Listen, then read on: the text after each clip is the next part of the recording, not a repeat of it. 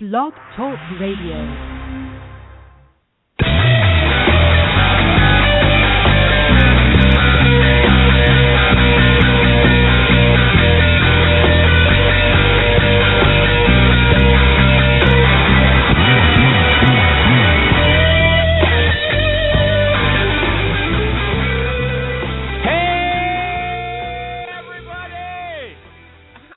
Like the way I sound when I shout, but I feel like shouting when the show starts. What can I do?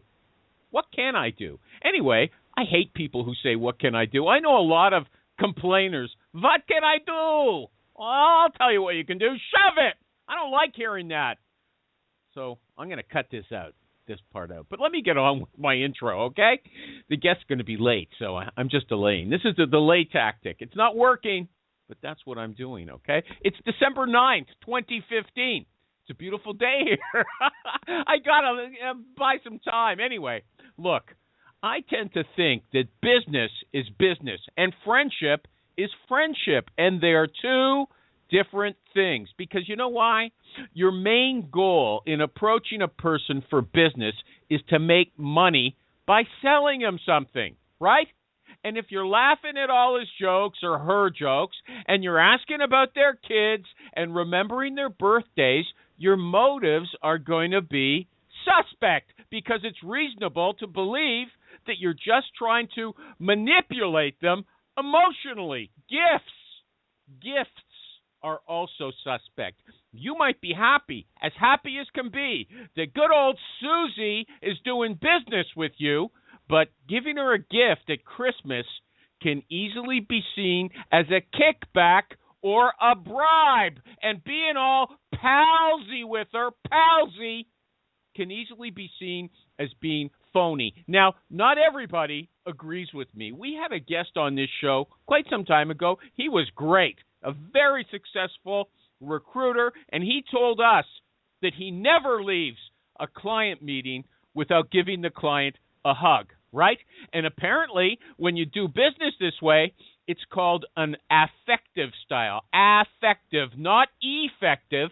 In psychology, emotions are called affects.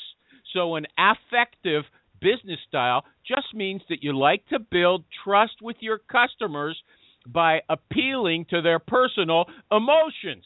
And the strictly business style that I prefer of building trust is called the cognitive style, because you appeal to the mind. The mind. You show your credentials and past accomplishments to prove that you can do a good job. The article I just read was by a woman named Erin Meyer, and she says that the cognitive style is more American. And I have to say that it makes more sense to me. Someone who pretends to be your buddy to get you to sign a deal is not necessarily someone you should trust.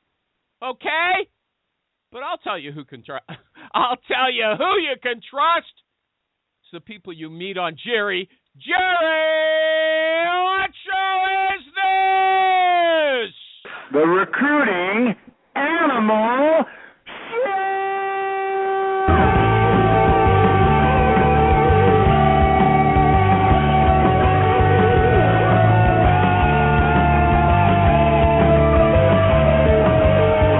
Thank you, Jerry!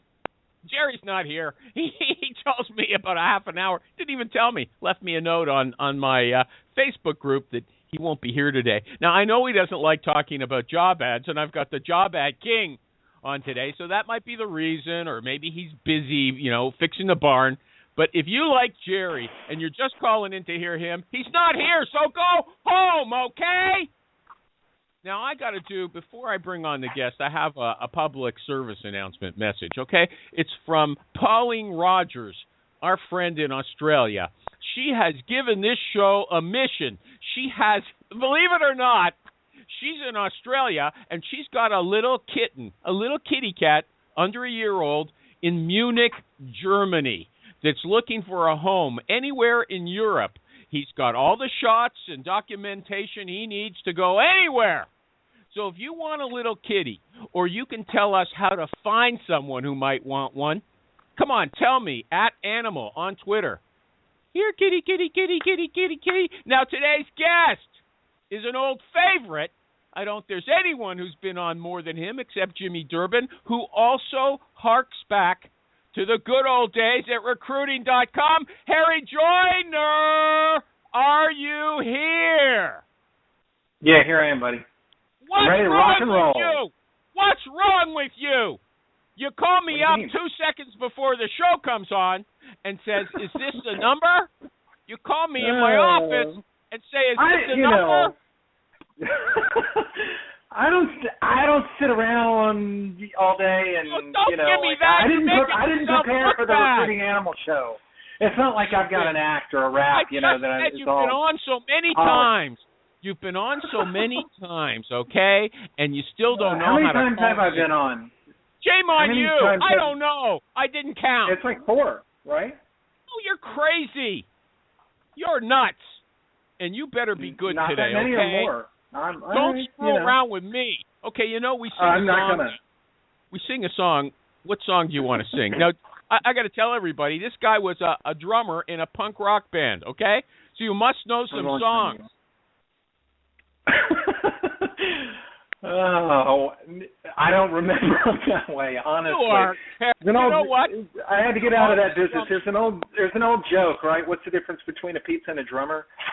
Drummer can't feed a family of 4. So I got out of that business.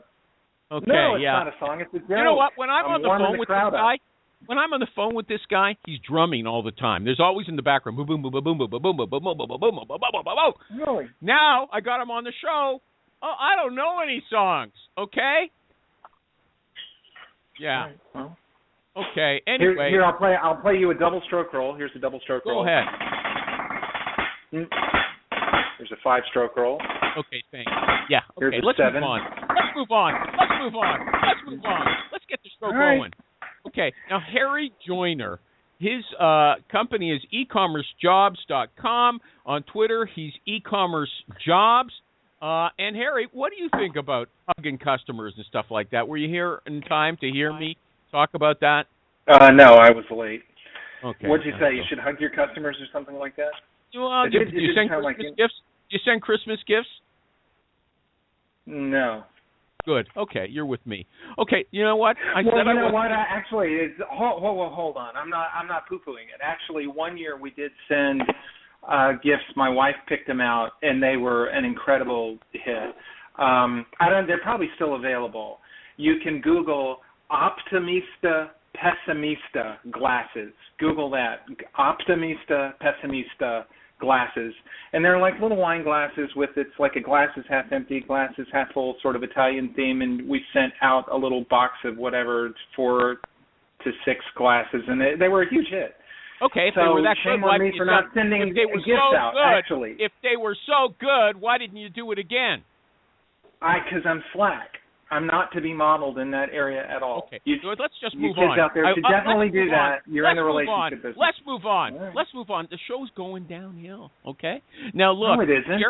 Jerry doesn't like talking about job ads, but he's not here. So I was going to leave it to the end of the show. I'm moving it up to the beginning, okay? Now, I read you claim that your success is based at the present time on your fantastic ability to write job ads. Yes or no? No, there's more to it than that. Okay, but you tell me all the time that this is a focal point of your business. Am I right or wrong? Yeah, so I'll explain the premise of the business. So you're going to have to give me 30 seconds to just sort of get it all out 30 there. seconds. So 30 seconds. Fine. Okay, so I'm 51. I'm a baby boomer. I love to talk on the phone. My typical candidate for e-commerce is not a boomer, they're a millennial. And millennials view the phone as an interruption. They only want to talk on the phone when there's something really to talk about. So seeing this trend and realizing that you can't recruit if all you get is a dial tone, what I started doing is putting the selling story right in the posting. And I would text. We relaunched our site using responsive design, and I would text a link to the posting to the candidates. We've got 65,000 resumes in our database, 60-something thousand cell phone numbers. We find, statistically speaking, most people would sooner change their personal email address than their cell phone number. So we have cell phone numbers, and I would text the posting to the candidate. They would read the posting, and if they were interested, they were click to call. So as a marketer and an entrepreneur, all I did was start selling to my target customer the way they buy. They don't want to take cold calls necessarily. Now, they'll call me back. I'm a nice guy. I don't bite. I'm engaging on a telephone. What you hear now is the way I recruit is very personable. But if you're recruiting A players are busy people. They're head down trying to make their numbers. They want to be engaged with a really great job posting first. And if they think there's something to talk about, then they'll click to call. Does that make sense? Yeah. Anybody want to challenge him on that before I, analyze one of these things? Okay. I went through some of your job postings. First of all, the tone is very conversational, just like you're talking now, right? Right? Yeah. Okay. Hopefully, yeah. Yeah. Number 2 point. You start off with a description of your company. With more than 200 digital commerce searches each year, ecommercerecruiter.com is the leading contingency-based executive search firm serving and then you say your market. Okay, so that's how you start off, with a little short description of your company. Then you make a claim, and you keep doing this again and again. You make a claim that this is one of the coolest CPG jobs around. Okay, what should a recruiter do? I'm assuming you're going to say this is a cool job. What if you don't have a cool job? Can you go around saying this is the coolest job? I don't take jobs that aren't cool. Well, some recruiters are going to. What should they do? Well, okay, so here's the formula for copywriting, right? It's 12 steps. I actually have this on a little sheet in front of me. This is like the only preparation that I did for this, so I'll speak slowly. But ideally, any direct response copy piece conforms to this. So a job posting is just a microcosm of that. So your first job is to get attention. Your second job, when you're selling widgets by direct response, is to identify a problem. The third thing is to provide a solution. The fourth thing is to provide your credentials. No! Read them when they're relevant. Okay, so what's this thing I asked about?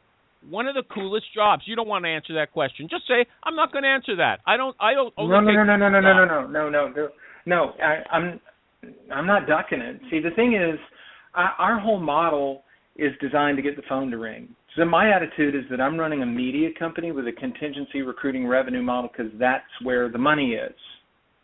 So our average invoice last year was in the tens of thousands of dollars. That doesn't make me a genius. It just makes me a stupid recruiter, right?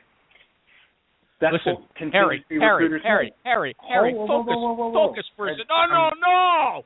Whoa, so the whole thing is designed to get the whole thing is designed to get the phone to ring. So we get 350 inbound phone calls a year, and we take 200 of those deals. Well, you know what? Jerry's we not here. I only take don't expect searches anyone that are going to talk designed to over. be closed on the back of a single story. That's how the model works for us. So my attitude is getting your search on my site is like getting your product on QVC. So if you ever read a book on direct response copy, I would encourage anybody on this call to go buy a book by Eugene Schwartz or Bob Bly or whomever. The rule number one is you never write an ad for a bad product. So we have things that we look at to determine whether or not a search is going to be good. Whether it will be reputation enhancing for the candidate and by proxy reputation enhancing for us. So not every caller cuts the mustard on that. There are 150 deals we don't take I have a year. a question. Can I ask a question? Go ahead. Sure. Gosh, Animal, I haven't talked to you in like a year, and I put it on my calendar to make time today. Yeah. Are these ads for companies or ads to attract talent? Because if they're ads to attract talent, I would think you would want to focus in right away what's in it for them, not whether it's a cool job. What's in it for your candidate? Kathy, I'll answer that I want to run through the ad. That's what I'm going to do. Okay. He's not going to answer the cool thing. Okay. So then he announces the name of the client. It's a contingent search. He's not retained, but he announces the name of the client. He tells everybody in the world right up front. Then he describes, this is interesting, the value of the product. In this case, it's helping pets, believe it or not, lose weight, okay? And he explains it in detail. He goes into some shtick that says it's estimated that 52.7% of U.S. dogs and 57.9% of U.S. cats are overweight or obese based on the total number of dogs. Anyway, he goes on about all the details about how many fat cats there are in the United States, and then he backs it up with, I got to admit, a compelling video. He inserts a video from YouTube showing fat dogs and cats. You feel sorry for those cats and dogs. You want to help them. I was surprised. He got me hooked. Okay, then he describes the industry. He said, this is how he starts off. Whenever I write a job posting involving the pet industry, it's almost hard to know where to start. So much opportunity, so much fun, so many ways to make a ton of money, both online and off. Now, first thing that came to me, what if the industry isn't so exciting? What can another recruiter do? Because that's why you're on the show, not just to tell us what you do, but how can other recruiters in some way replicate your success, your best practice? What if you're just placing a network administrator? I mean, can you say this is the coolest thing in the world? You're going to make a ton of money. It's the best industry, I don't know, in the universe. I don't know. I don't know how somebody else could write about that stuff. Do you want to comment, or should I go on? Yeah, no, I get it. Okay. I get it. So if I had a search that wasn't sexy, right? There's four things you have to know about. So number one is you have to know something about the candidate and their future, right? What do they want to do? Where do they want to go? How much money do they need? So all marketing starts with some idea of who the slam dunk customer is. So when you take a search, you should always have some idea who are you going to market this thing to. Number two, you have to know something about the company.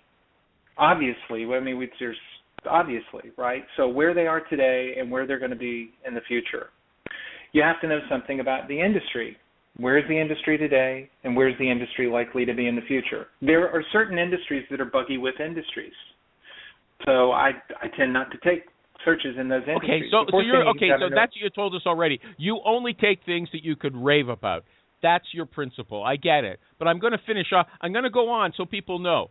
So then, after he tells us about the pet food industry, he tells us, this was interesting, that the company's business is very focused on pet food. I imagine that you talk to somebody at the client who made a point of saying that, or it's in their marketing communication literature already. You know, you say Hills Pet Nutrition makes and markets cat and dog food, period. They don't make toys. They don't do leashes. They're tightly focused on their core mission of helping to enrich and lengthen the special relationship between people and their pets. I would laugh my head off. I mean, it's true. Okay, but, you know, that's what you go. Now, there must be some other literature. I believe you copied that from somewhere. Am I right or wrong? It was sort of inspired by some of the client's information, but understand that Hills is a subsidiary of Colgate-Palmolive. So this is a big publicly traded CPG firm. So they're not crackpots in Topeka, Kansas. They're experts in pet nutrition. Okay, I'm going to rush through this now. I'm going to rush through this now. You know, you didn't call in here excited. Some of that. You did not call in here excited to talk to me. I can tell. I could tell when you called me on the phone and said, is this a number I should be calling? I said, this guy doesn't want to talk to me. I could tell when I sent you an email yesterday and you said, oh, it's tomorrow. I forgot. Okay, let me just finish this off. So we're this far in. So then he tells us the history of the company at length. Then he tells us what their marketing channels are. Then he tells us about the number of veterinarians and PhDs on their staff. Then he gets to the job description. Then he has a call to action. After the job description, which is the conversational version of the job description, he asks the people to text him or call or to apply online. Then he provides, to my surprise, what seems to be a standard list of responsibilities and qualifications. What anybody else would post as the job ad, he puts way, way, way down. So that's his format. I wanted people to know about it because he tells me He told me in the past, today he's got amnesia, but he told me that there's vice presidents of marketing who call their HR departments and say, how come we don't write ads like Harry does? Is that true, Harry? Yes, it's true. Okay. So, today he's all modest about it, but he told me that this is his cash cow. This is his money machine, these long ads. Okay? And in one of his other ads, I'm going to move off of this topic, but he says, look, during your interviews with me and the clients, be ready to go deep with a bunch of these topics. And he gives like paid search, organic search, content marketing, a whole list of things. So he'll really have a conversation with the potential candidate. He'll tell them everything. Okay, so I just wanted to go through that because, people are always talking about what makes a good ad. What makes a good ad? Here's a guy who believes he writes the most fantastic job ads in the world, and I wanted people to know what they are. If they want to take a look at them themselves, they go to ecommercejobs.com. Am I right about that, Harry? Yeah, go to Google, and you'll Google e-commerce jobs, and you'll see I'm ranked ahead of LinkedIn and Career Builder. And I mean, this site has a 3% bounce rate, which is unheard of. It's not me being modest. It's working. I mean, this dog will hunt. We'll be contacted by 350 companies this year. We'll take 200 of those searches. It's just me and 3 other people working from home. This dog hunts. I'm not here to sell the model. The model works. Okay, but the thing is, this is what we do. But the thing is, you got to have what you believe is a fantastic job to offer on the market. You just said it can't be a buggy whip company, right? It can't be a buggy whip company, right? You got to ask yourself about the hiring manager. Would you want your own son or daughter to work for the hiring manager? So we have a no asshole rule. So I mean, we're very selective about the people that we work with. How do you tell if they're assholes? How do you tell if they're assholes? You can't always tell. You cannot always tell. But we can tell, and we ask around. We're very selective about the people that we work with. Hold on. So you're talking to the hiring manager. You're 10 minutes in. You say, well, you know what? I think you're a jerk. I'm not going to take this job. Is that what you do? We don't necessarily say that. But, look, we're looking for businesses with favorable underlying economics. We're looking for reputable companies. We're looking for all the same stuff Barbara or any of the other trainers in the industry would say to look for. And they're all two fantastic trainers, and I'm not here to knock anything they do. What we think we do probably differently and maybe better than a lot of existing players in the space is we think we do a really good job of marketing, and marketing always starts with a quality product. So you have to be rigid about, and here are a couple of ways you can tell if you've got a hiring manager who's not cooperative. Number one, if they don't buy into the process. So if I start asking a bunch of questions about the size and scope of the market opportunity, whether or not they're creating demand versus capturing demand, the kinds of people they got on the team, if I start asking questions about the margins, the inventory availability, the merchandise productivity, and they're hemming and hawing about that, I can't represent them. You tell them that? What do you say to the guy? What would you say to him? I say I can't represent you. And he says what? What do they say? A lot of times they'll open up. But, I mean, imagine going to a doctor, right? And, doctor, my shoulder hurts. Fix my shoulder. And you say, as the doctor, well, does it hurt when I do that? Is it your skin? Is it your circulation? Is it your muscle? Is it what, and they say, I can't tell you. I'm not going to tell you. You can't treat them. Yeah, but you know what? I don't mean to compare myself to a doctor. Yes, you do. Okay. But the thing is, if you say that to some people, what are they going to say? Okay, I'll find another recruiter, big shot. Get out of here. Then that's cool with us. Okay. That works. Okay. See, here's the thing. I don't have an ego about it, but what you got to understand is that we work in a very small, what's called self-referencing subculture. These people talk to each other. So it's a little like being a sports agent. So I'm one of the dominant recruiters in the shop.org and Internet Retailer Top 500, right? So those are online retailers, and they all know each other. So if I do a search and I get somebody who knows a bunch of the same people as I know, right, and I place them in a job working for somebody who's a butthead, with that kind of deal is box office poison for me. I'd rather not have had the fee. I know that's completely antithetical to what a lot of your listeners believe, and maybe they don't have the luxury of being as selective as I do. Because I'm self-employed. I don't have a boss who's sitting, over my shoulder going, you have to make quota this month or whatever. I mean, we're very rigid about the people that we do business with. Maybe that sounds idealistic, but I can tell you that you could call it idealistic, but we're making real money with this model. This isn't like, hey, I got this theory. I think I'll just go trot out this theory and see if this. Fuck that shit. It's working. Like, we're cashing the checks today. Somebody play that music when you drop the F-bomb. Okay, culture fit then. How do you spot it? Since you've told us you can spot a bad personality and you react immediately, what about culture fit? How do you spot that? Or how do you find out about the culture? You just started telling us a whole slew of questions, very detailed questions about marketing. Culture, is that important to you, yes or no? That's a little harder. What we tell our clients is, first of all, it's contingency, so they don't have to work with us, right? They could go work with somebody else. But we tell clients we'll do our best to interview for culture, but for all intents and purposes, like I'm Stevie Wonder, right? I'm blind. I don't see anybody. I never leave my house except to go wherever. So I don't interview people by Skype. I do everything on the phone.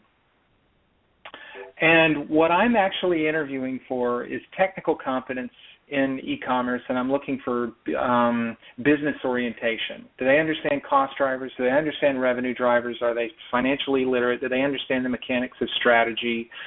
What I will do is I'll let the client interview for culture. And there are some reasons, and there are some technical reasons, which I'm happy to share with you how and why I do that. Yeah. But, okay. So what we find is there's an old joke in the recruiting business. I guess you guys have heard this, a lot because you're recruiters and you pay a lot of attention to this space. I don't pay a lot of attention to this space, but A players hire A players and B players hire C players. You've heard that. Yep. I had a candidate at Carnegie Mellon University a couple of years ago explain to me that, like, he'd applied for this job, and I was managing his expectations that there probably was a chance that he wasn't going to get the role because he wasn't senior enough or whatever. And he said, Harry, I get it. He said, don't sweat it. I realized that statistically speaking, if I were the only candidate on the face of the earth who had applied for this job and there was nobody else who had applied for this job, there's only a 25% chance that I would get the job. And I said, what? How do you get that number? And I thought it was like 50-50 or whatever. And he said, no, it's 25% because there's 4 outcomes to every candidacy. Outcome number 1, I like them, they like me, I'm hired. Outcome number 2, I like them, they don't like me, I'm not hired. Outcome number 3, they like me, I don't like them, I'm not hired. Outcome number 4, we don't like each other, I'm not hired. Now, what happens if I apply and somebody else applies and I like them and they like me? Okay, but they like the other candidate and he likes them back. Now my 25% is 12.5%. Now here's where it gets really scary. What if there are 4 people on the hiring committee, right? So in complex selling, there's 4 people on a purchasing committee. There's a technical buyer, a key influencer, an economic buyer, and an end user. For recruiting, it's usually like a hiring manager, a key influencer who's a CEO or board member or whatever. There's a CFO, there's an HR person who's like the economic buyer, and an end user who's like a coworker or direct report or whatever. If any of those people render a thumbs down, your candidacy is a bust. So statistically speaking, I mean, I could walk somebody through the math, but I've been doing this for 10 years in my spare bedroom, so I've thought a lot about these numbers. 25% to the 4th power is 0.39%. Yeah, what's your point about culture? You were telling me something about culture 10 minutes ago, and, what's the point? You said you were going to prove something about why you don't, ask people culture questions and you leave it for the company. How does everything you just told me, all these numbers, how does that relate to that? Well, the fact of the matter is that there's no guaranteeing that anybody's going to get through that process, especially when mathematically nobody's going to pay me a 20% fee for I don't somebody know what who's we're not talking an A about. player. I don't know what we're talking No, about. And you know what? no. I gotta tell you what that guy told you about 25%, 12.5%. That's nonsense. When you talk to somebody on the phone, you know he or she is good, and you know there's a 90% chance that person's going to get the job. You know it, or you wouldn't present them. Okay? That's the That's truth. not true, though. But no, it isn't. True. It's And we're not going to argue wrong. about it. We're going to move on.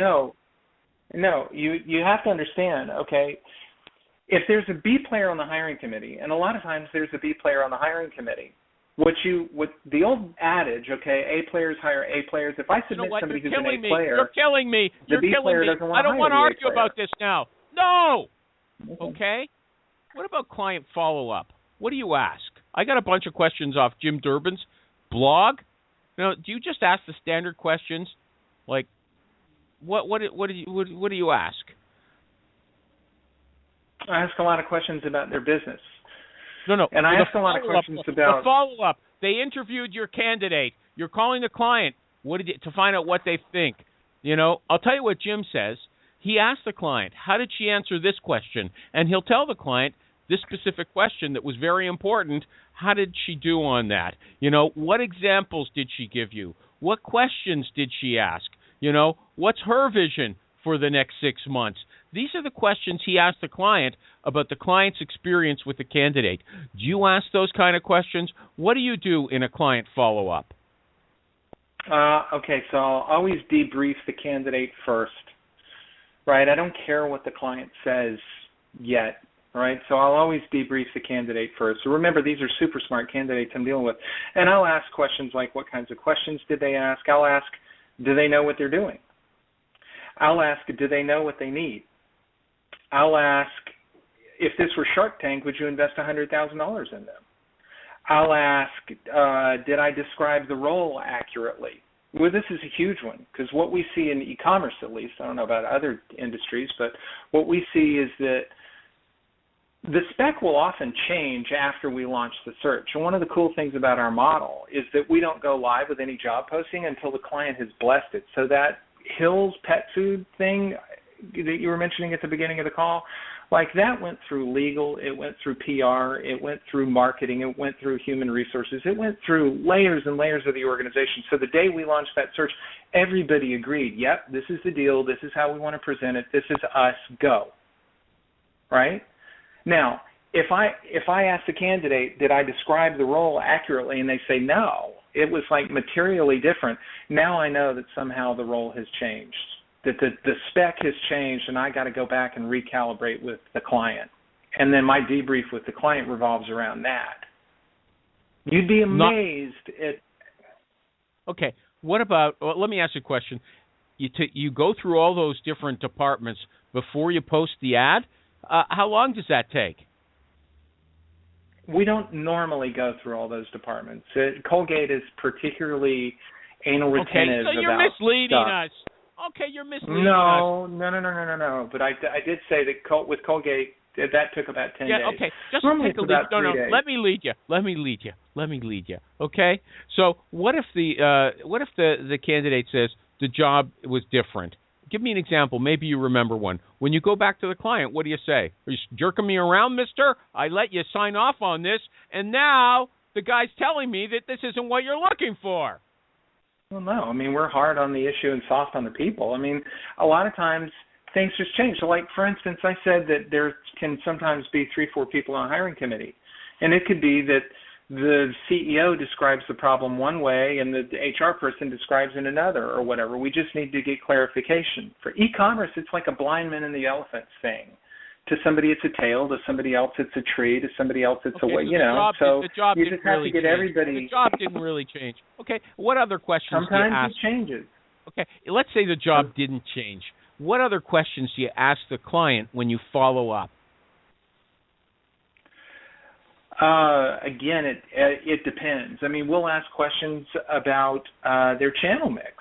We'll ask questions about their brand, you know, the purpose, values, viewpoints, experiences. We'll ask questions about database. No. Joe Blow is your candidate. You send them out for an interview. After the interview, you talk to Joe Blow. Then you call the client, the hiring manager. What do you think of Joe? what questions do you ask in that conversation? Do I have to beg? I'll ask how they liked them. I'll ask if there are next steps. I'll ask how would you rate this candidate on a scale of 1 to 10? They'll usually say 6 or 7 or whatever, and I'll say, okay, what 3 things would make it a 10? Are the economics of the candidate, of his candidacy tenable, et cetera? I mean, it totally depends. Our thing is not a scripted thing at all. It's a very organic type thing. Okay, so we like to think of these interviews as like Charlie Rose like conversations that we have with people. We're not. We don't. I'll tell you something. I'll tell you something.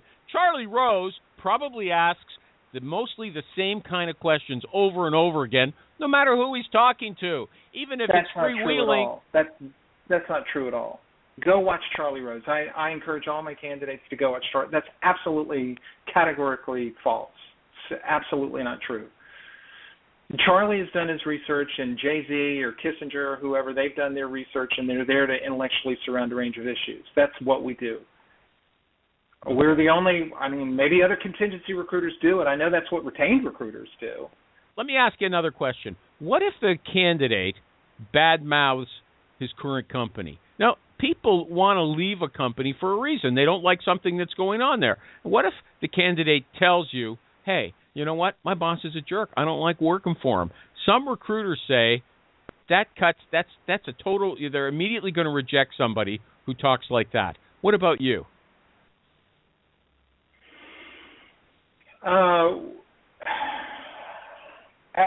The answer is it depends on how and why. We tend not to work with candidates who do a whole lot of that because we like to work with people who are positive outcome oriented. We think they run better businesses. So if somebody hates their company and they're bad mouthing stuff, it's almost like they're putting the blame on the company. And sometimes that's acceptable within reason, but we like people who make their own luck. Okay. You know what? Not everybody just wants to make a move up, make a move for a positive reason. Lots of people, for some reason, they don't like where they are. And yet, I can see, based on what you just told me, that people have to lie. They cannot tell the truth about that. There's some way they have to skew it. True. So that's not true at all. No. Look, you want to be charitable. This isn't recruiting advice. This is just life advice. You want to be charitable, right? Hard on the issues, soft on the people. Well, there are always business reasons that things didn't work out, and I would keep it with that. Not, I'm working for an asshole, I've got to get out of here. You know it's true sometimes. You know? Okay. Of course, I've worked for assholes. I'm not. Okay. Harry, I got to come back. I got to come back to another question. So now you've told us that one of the reasons you can manipulate or control the relationship with the client so thoroughly, you're just happy to walk away if they're not your type, is that you've established a reputation. But if somebody is starting out and they're not the dominant player already in their field, how are they going to do business? It's going to be quite different, isn't it? They're not going to get super companies. No, I think you work with the best people that you can work with, and you be the best person that you can be. That's it. I mean, it's recruiting. It's like welcome to the NFL. I mean, I started out in this business like everybody else, 5 fingers in a phone, and I was making 70 to 100 dials a day. The guy that I worked with said, yeah, here's your trade directory. Start smiling and dialing. We break for lunch at noon. We're back in the desk at 1. They monitored the phone calls and the connect time. It was a galley slave ship, but it was great experience. And nobody knew me, but they could tell that, I was smart and had a teachable point of view on stuff. So the advice that I would give to your listeners, the 4 of them that are on this call probably, are like read obsessively. Have a small circle of competence that's very sharply defined around the edges, so know what business you're going to be involved in and what business you're not going to be involved in. So, like, I bought e-commerce recruiter. That's it. That's what I do. It's like a priesthood, or I'm like a blues musician or whatever, and that's the only kind of work that I do. And I'm an inch wide and I'm a mile deep in this space. And that's the only kind of work that I've ever done. Let me ask you another question. It doesn't take. I'll put a fine point on this one thing. In that we're all as recruiters blessed in the sense that if you work on searches at a high enough level and you actually can cold call your way into them, because I did it in my first year in the business, every candidate that you work with is ultimately going to be a hiring manager, and every hiring manager is ultimately going to be a candidate. So there's no such thing as a bad call. Every single call is an opportunity. I'm not saying that as a sales trainer because I don't train for sales. I'm just one guy working out of my house with a telephone. That's all I do. What if you've got a VP for your client? He's your client. He's hiring some senior marketing director, and he says, Harry, I want to move from here. Would you work with him? Yes, under certain circumstances. Here's how that works. Thank you for asking. As contingency recruiters, this is one reason why we don't do retained. As a retained recruiter, there's a non-poach. As soon as money changes hands, you're the client. You're actually not my client unless you hire somebody and you pay my bill, right? Yeah. Until money changes hands, we're just, I'm working on spec. Yeah. And so if the client says, hey, my job sucks, I want to get out of here, then I will ask the client, do you want me to work with you as a recruiter or do you want my candidate? Because as soon as you hire my candidate and money changes hands, I can't steal you. But if you want to abort the search and you want to work with me as a candidate, you have that option. Think about it and get back to me. And would you actually and we look at that. a real search for, like this guy, you don't have any jobs for him. Why would you give up a search? We only close probably 35 to 40% of the deals we work on. Why? So I'm not closing the same reason everybody else probably only closes, 25 to 30% of the searches. If somebody gets promoted from within, client goes in a different direction, they hire their own candidate off a monster, whatever. There's a million reasons. We don't close 200 searches a year. We close a lot, and there's only 4 of us, so we do okay. But there's a million reasons. Next question. Candidate stalls on the offer. The candidate gets an offer today, then all of a sudden he says he needs time to evaluate the market. Have you ever had anything like that? Yes. What happened? Did you not pre-close them, or did you not say, look, is there anything that, if you got an offer coming up, is there anything that's going to stand between you and accepting it? Did you do all those things and yet somehow still went awry? I mean, yeah, and it's like sometimes it's the spouse.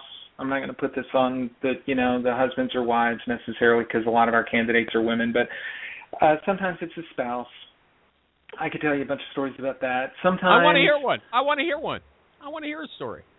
Is it that they didn't tell the spouse and it's in another city, or spouse? Here's an example. Here's an example. So one time we were working with the VP of e-commerce for Anthropology or something, big multi-channel retailer, and she was open to new opportunities, and we got her a job offer.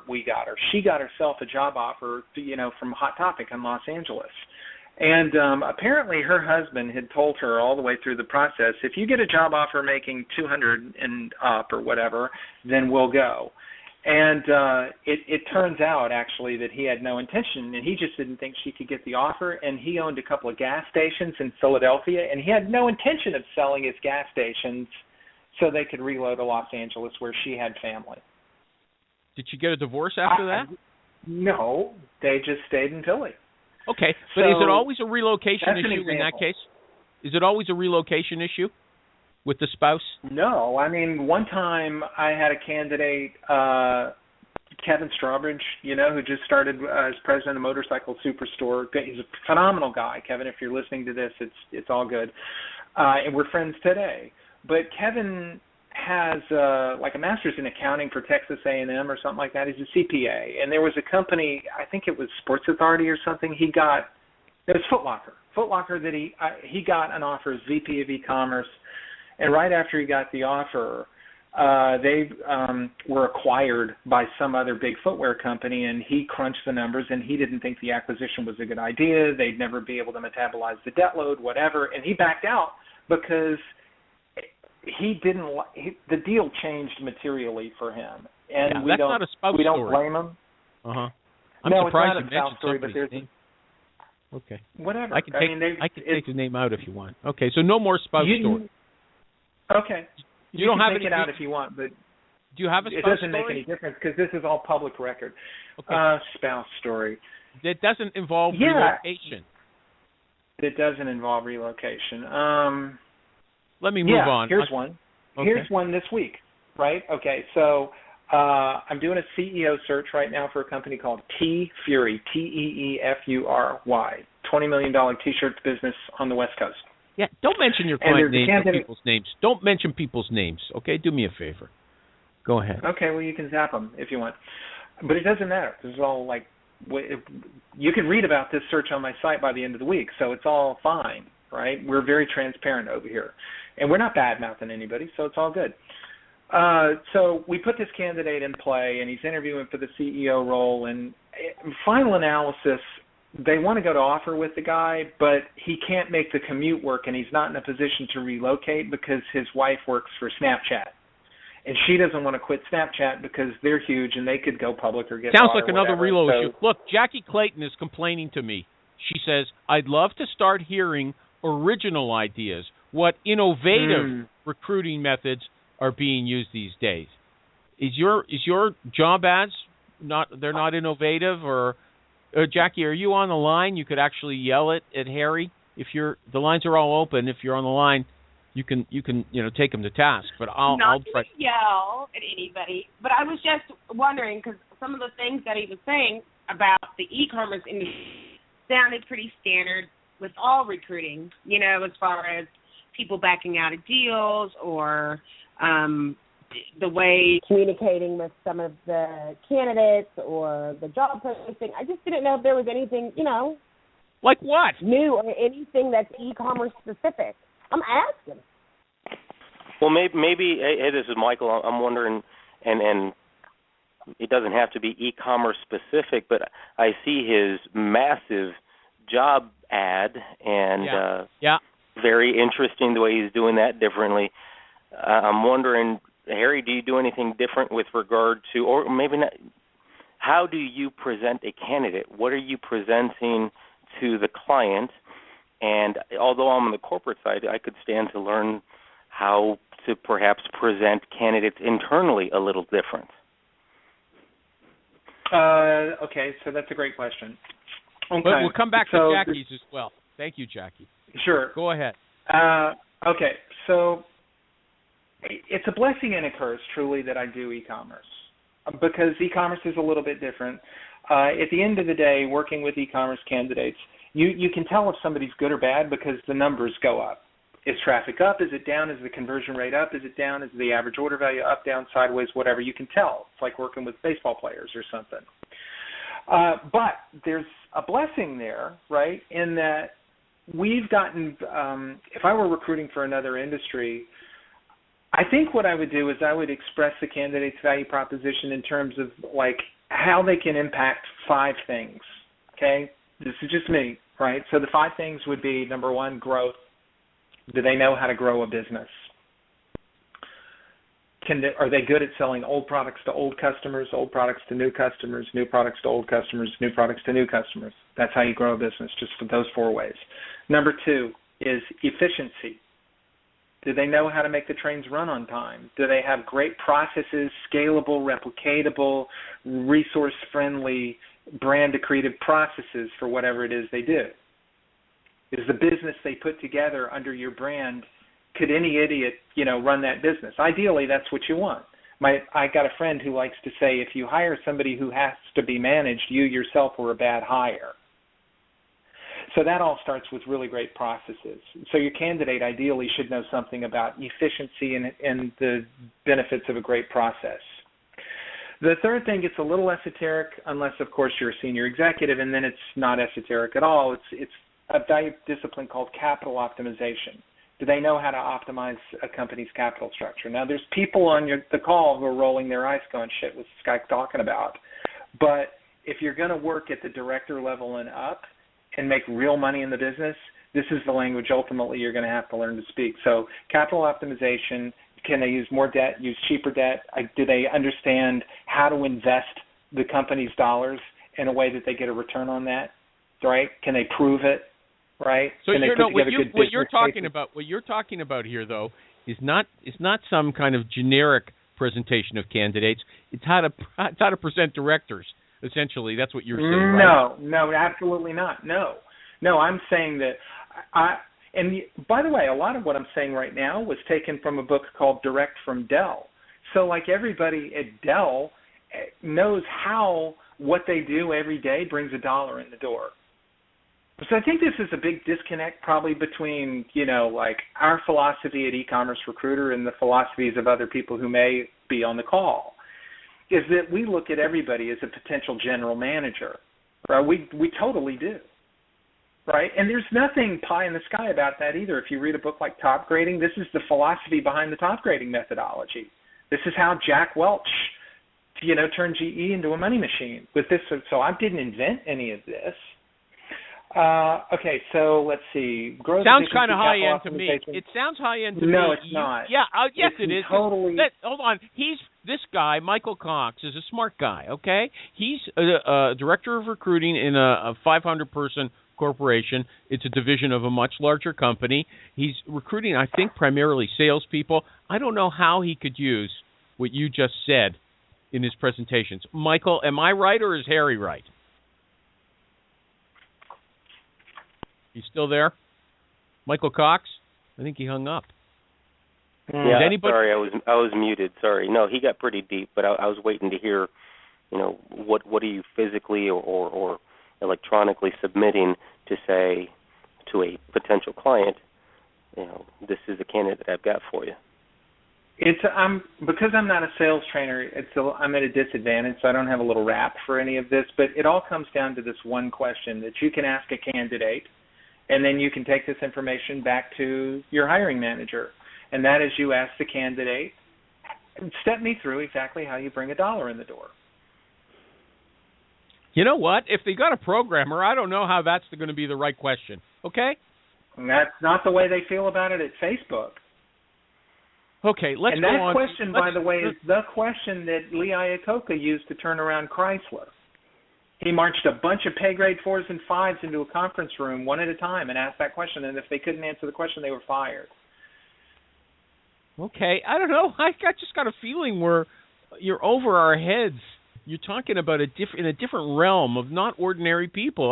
That's sort of what I love listening to you. I do, but I just feel I don't know how people are going to apply this stuff. I want to come back to what Jackie was saying. Jackie, I don't understand really your question because recruiting is the same. No, not everything's innovative. There's some stuff is just standard. You want to what are you looking for? We talk about it every week. That's all. It's like, I just want to know if there's anything. Well, in e-commerce was always difficult for me to recruit for. When I was recruiting in Miami, we had to do Office Depot. We had to find e-commerce all the time. And I do think it's a language that I don't speak. And so I didn't know what's the thing to find in e-commerce and how do you sell against it? I think I understand the frustration. I mean, I understand where she and maybe some of your other listeners are, but here's the thing. One of the questions that we'll always ask in our project kickoff calls, that our clients, they're contractually obligated to have a 90-minute kickoff call with us about the opportunity. The last question that we'll ask is, at the end of 100 days, how will you know if this person is successful in the role? What 5 things specifically will they have accomplished at the end of 100 days? And so you could apply that to, so let's say you have a programmer, somebody who's, I'm making this up, let's say they're a $50,000 a year programmer, right? And you interview them and you want to know, like, is this person going to be promotable? That's really, as the leader of the company, like, this is how you get people to pay 20% of the candidate's first year base salary for them. You want them to understand that the 20% is actually an investment, right?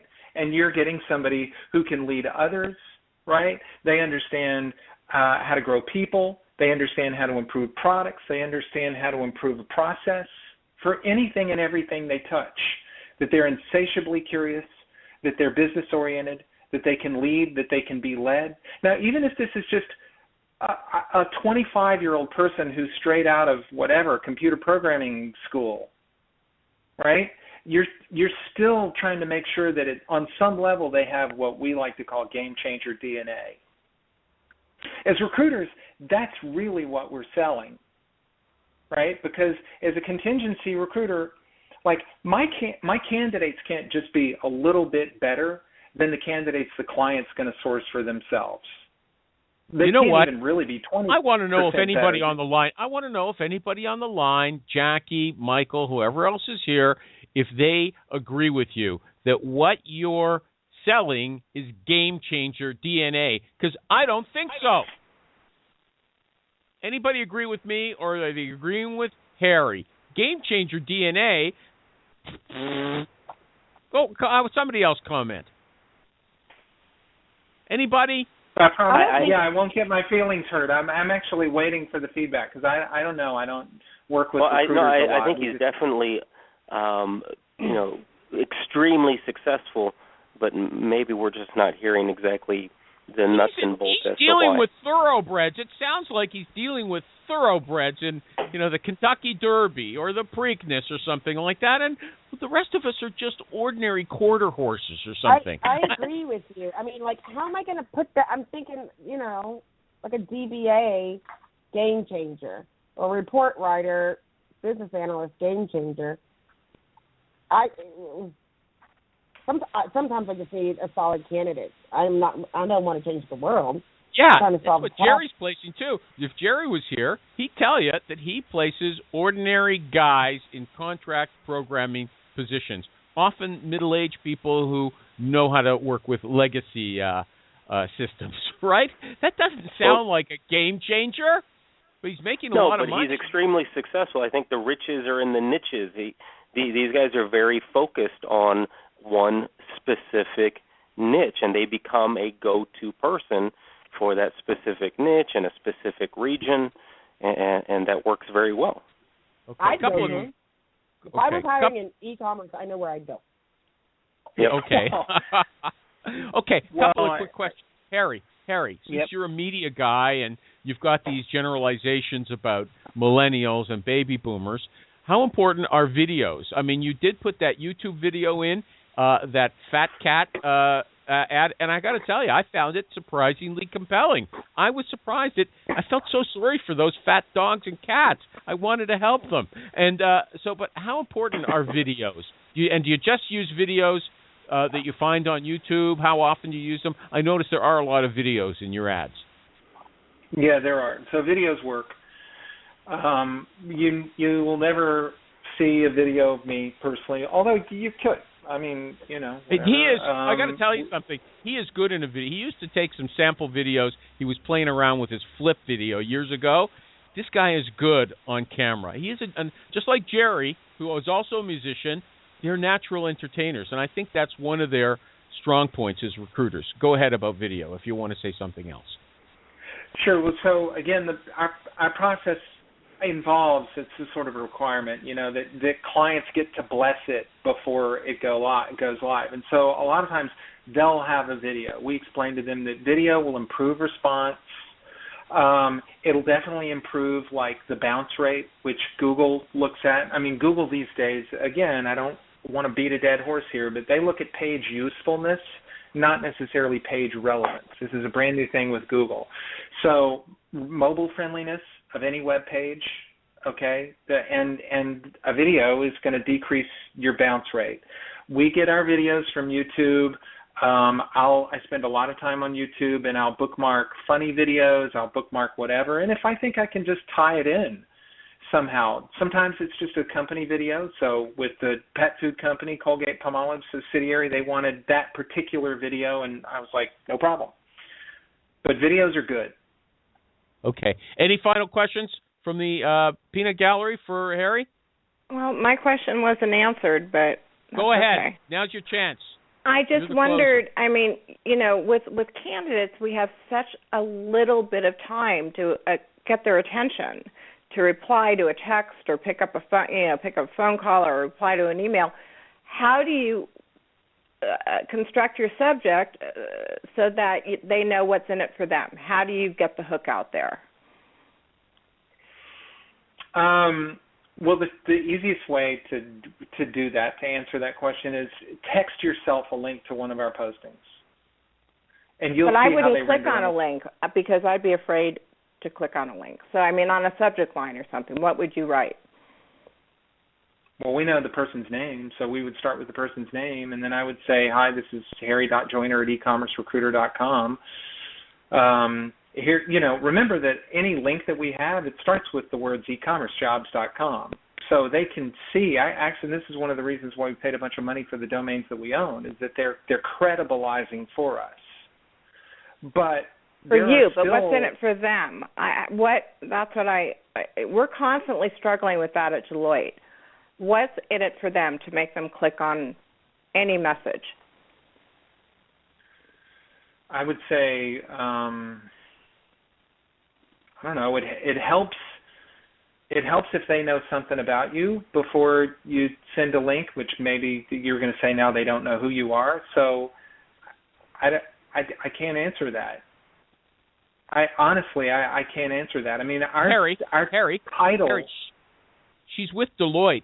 That's got a higher profile than ecommercejobs.com. How come that's not working for her? Can they see that you're from Deloitte, Kathy?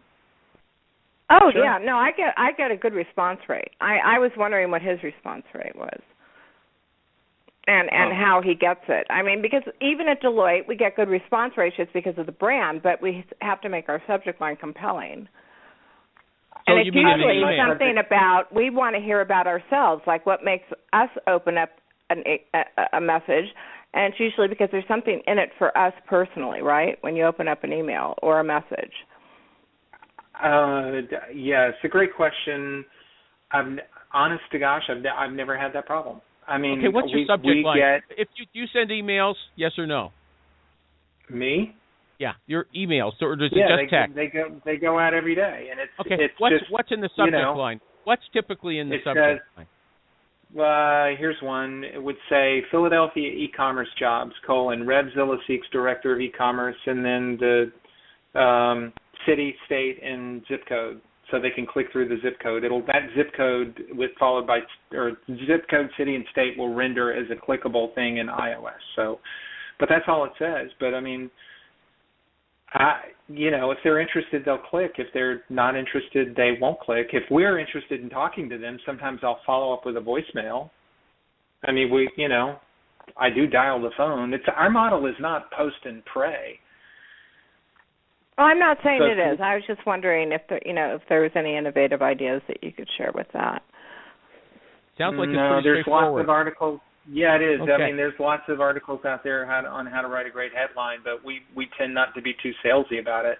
Our process, frankly, is designed to help people self-select. I mean, they know whether or not they're interested in a director-level e-commerce job in Philadelphia, Pennsylvania.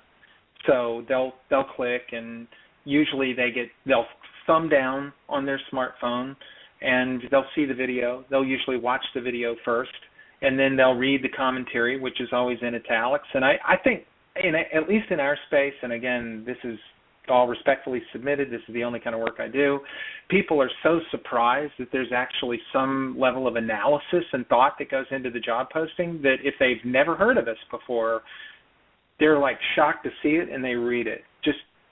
And then they get pulled into it. Once they read one of our postings, they usually read others. Okay.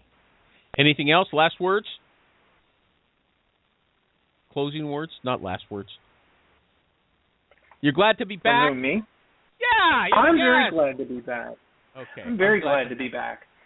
I mean, here's the thing. I guess I wish that what we do is was maybe a bit more relatable, to other types of recruiting. I don't know. Maybe it's relatable. I don't know. We just have to talk you down next time to normal language. I know how to do it. It just takes a little thought. Jackie, thank you. Kathy Manis, thank you. Michael Conks, thank you. Harry Joyner, thank you.